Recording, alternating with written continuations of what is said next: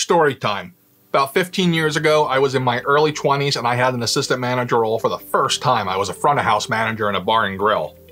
One day, an employee spilled something, I don't remember what, but I got a mop and I started cleaning it for him because it was busy. And the regional vice president came up to me and said, "What are you doing? That's not your job. That's not what I pay you for." 15 years later, I still think about it. So it made an impression on me. Was he right or was he wrong? I'm Matt Roberts of Restaurant Ninjas, and today we're going to ponder that question and we're going to talk about the roles and responsibilities for the various positions on a restaurant management team. Hey everybody, welcome back to Restaurant Ninjas, where I help you run your restaurant and not let your restaurant run you. If you are a restaurant manager, a restaurant owner, a restaurant multi-unit manager, this is a channel for you. Make sure you go ahead and hit that subscribe button and come back every week when I post a new video. If you are a leader or a manager in any other industry, you're probably going to want to hit subscribe too, because most of the stuff that I talk about is applicable to any type of leader. I'm really passionate about what the actual responsibilities are of managers and supervisors because I think a lot of them don't really know. In fact, I think a lot of multi-unit managers and owners don't really know the answer either. They might answer it in such dumb ways as saying, "to manage." Great. The key running theme to all of this, though, is accountability. Owners, you'll be able to use this video to help set expectations with managers on what they should be doing on both a daily basis as well as over time. General managers, use this video to help understand how to structure the responsibilities within your four walls and be able to explain them to your team. I'm going to break this down by the three most common levels within a restaurant manager's totem pole. So general manager, assistant manager, shift supervisor. I'm going to talk a little bit about what our actual goal is as managers and what the number one job of all restaurant managers is. But first, I'm going to talk about what the number one goal of every restaurant manager should be. And it's really simple. Happy customers, happy employees. This generally translates to overall success, as simple as that. Now, obviously, there's a lot more to it. The end goal is always making money, but that's the best way to get there. So to go all Webster's dictionary on you, the definition of a manager is one who controls and administers all events day by day, task by task. And the most important task, day in and day out, is running great shifts. This is a lost art that is just something that is completely forgotten about, but it is by far the most important role of any level of management. So what does running a great shift look like? I can actually sum it up in three words: motivate, validate, circulate.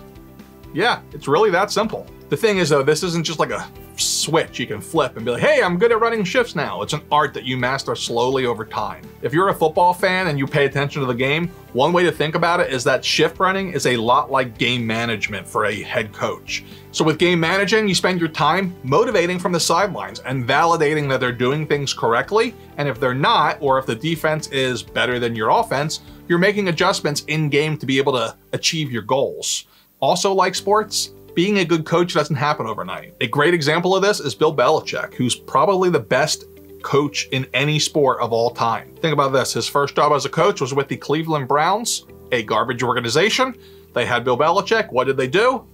They fired him because he wasn't very good. But he learned and he got better and he became the best ever. So remember that when you're trying to teach someone to be a good shift runner, it doesn't just click overnight. It takes time to develop this skill. Let's dive a little bit more into the motivate, validate, and circulate. So what do I mean by them? Let's start off with motivate. So when motivating during a shift, you can do it in quite a few different ways using quite a few different tools. It starts with a pre-shift meeting where you set the expectations of the day and get them on the right page. Coaching throughout probably goes without saying, as does reinforcement, both good and bad. If they do something good, hey, high five, great job with that. If they do something bad, say, "Hey, Corey, come here real quick. Let me show you what you did wrong." You should also be checking in with them regularly. "Hey, Sam, you doing okay? Do you need help? Do you need a hand? Everything's good? Awesome. Let me know if you need anything." You also want to set the tone with enthusiasm because people come into work in various moods and you don't want those moods translating to the customers. One of my favorite ways to do this was during pre-shift meetings, I would have a dad joke prepared by day. For whatever reason, that tended to break the ice of people when they came in the door and they were good to go from that point forward. Remember, a big part of motivating is setting the tone with your own enthusiasm.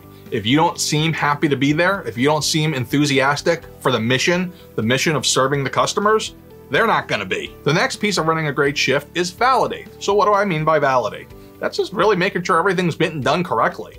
Are the right people in the right place at the right time? Are all of the various tools being used correctly? So prep lists, checklists, cash management, Labor management, are people coming in on time? Are people leaving on time, being checked out? Is food safety being adhered to?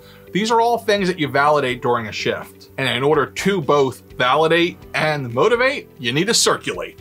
That means that you're doing figure eights, travel paths, management by walking around, whatever you want to call it. When you're doing this, you're validating customer service, you're validating morale and raising it where it needs to be. You're validating standards, you're validating the SOPs are being done.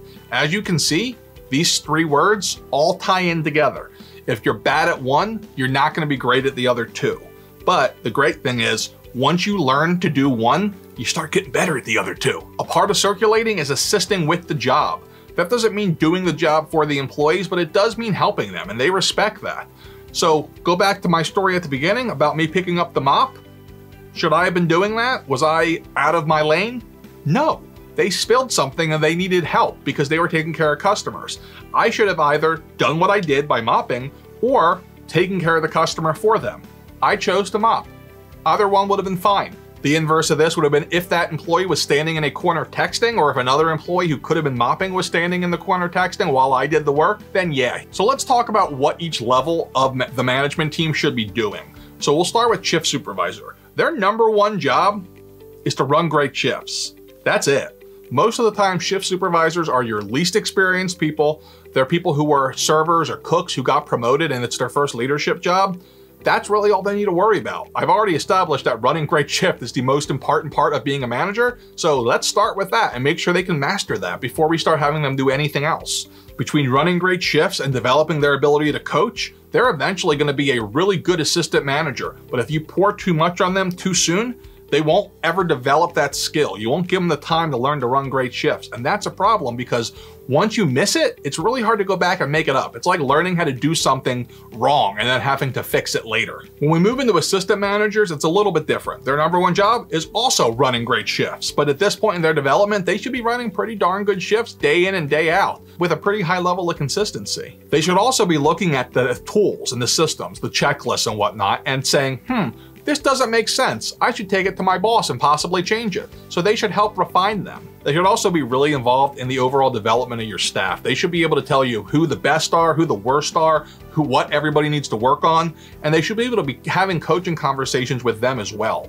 I've always been a fan of, with larger teams, having each of my assistant managers own a portion of the team and make that their team, so they were their direct supervisor. Some restaurants this is easier than others because a lot of the time the role of assistant manager is broken down even farther to bar manager or kitchen manager. Sometimes the kitchen manager is elevated to like an assistant general manager or the bar manager is. It's all generally the same role. And in those situations, they're gonna own some metrics. The kitchen manager is gonna really be the one looked at for inventory levels and food costs. Bar manager for liquor levels and liquor costs, service manager for the service scores. That's really the big difference when you're looking at an assistant manager and a shift supervisor. When you move up to general manager, at this point, this guy should be the best person at running shifts, period. They shouldn't be running every shift. In fact, they should run minimal shifts because they should be observing the shift running and making sure their managers get better at it. They should be accountable for everything. When you're the GM, if something goes wrong in your restaurant, whether you're there or not, it's your fault, your problem, your responsibility. That's what you signed up for. A good general manager is the team captain. It's who everybody feels comfortable going to with everything. They're also the one who takes the resources that and the information given to them by the shift supervisors and then more prominently the assistant managers and helps develop the systems to make sure that they're running great day to day no matter who's doing it. And as I said, whatever happens, they're responsible for. And this is really, really, really hard to teach, and it seems like it's becoming harder to teach by the day. So when you have someone who understands that, hold on to them and take good care of them because it's really hard to find. Question of the day time. What is the most difficult thing to get managers, especially newer ones, in your restaurant to consistently execute on well? Hit me up in the comments below and I'll try to get back to you as soon as possible. Hope you're having a great day. Remember, it's a beautiful day to be alive. Later.